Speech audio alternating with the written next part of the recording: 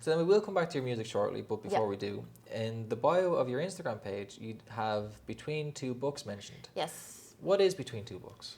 Between Two Books is a book club that I set up for Florence and the Machine, who's also one of my kind of biggest musical inspirations.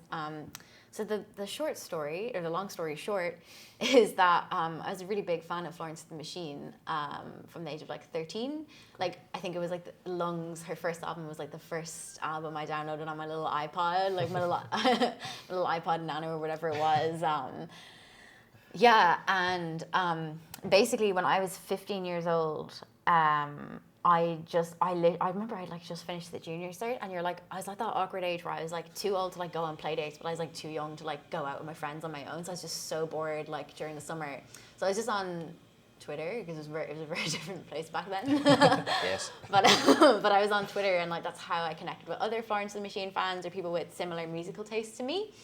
And Florence like tweeted this photo of herself outside a bookshop in Portland in Oregon called Powell's, and it's got like loads of floors and loads of books. And then I just had this idea, and I was like, oh my god, she should have a book club, because she's like, you know, she's famous, and she could like use that to advocate for reading. And I knew from being a fan that like her lyrics were very like literary, and you know, like lots of literary allusions in them, and she clearly loved books. So, and I was thinking of like Oprah having a book club and stuff, and there's quite a few celebrity book clubs now, but I think this was definitely one of the first ones online. Cool, nice. So I basically set it up, and I was like, well, obviously, like I had no connection to Florence or anything. I was just a fan in Ireland, like. So I was like, okay, well, like it could just be a little fan thing, like we can like read books that she's mentioned in interviews or whatever that she tweets. Okay, cool.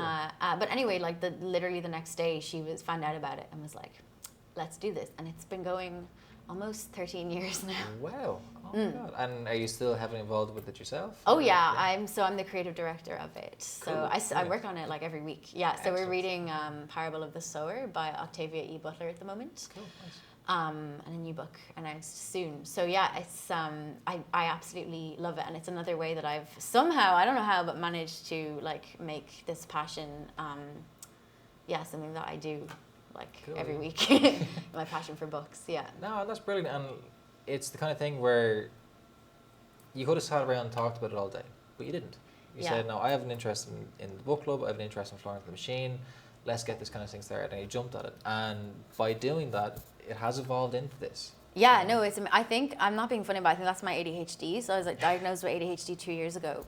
Okay. I did not know I had it, even though I have a psychology degree. Because people didn't, and still don't really understand how it affects women. But it is, I don't want to minimize it, it can be very debilitating. At the same time, I do think it has strengths, and that is, I do think I tend to go for things. I'm like, whatever, let's just do it. So I just like tweeted that tweet. I could have just like kept it in my head and been like, oh, that's a far-fetched idea. But I was like, let's just put it out there. And then there we go. Yeah, and it changed my life. Like quite literally changed my life. I don't know if I'd be doing music if it weren't for that tweet. Interesting. Because I've been so, working closely with Florence and seeing her life as a pop star. Like I've been obviously very, very influenced by it. And I suppose it gave me the encouragement to do it myself. Brilliant.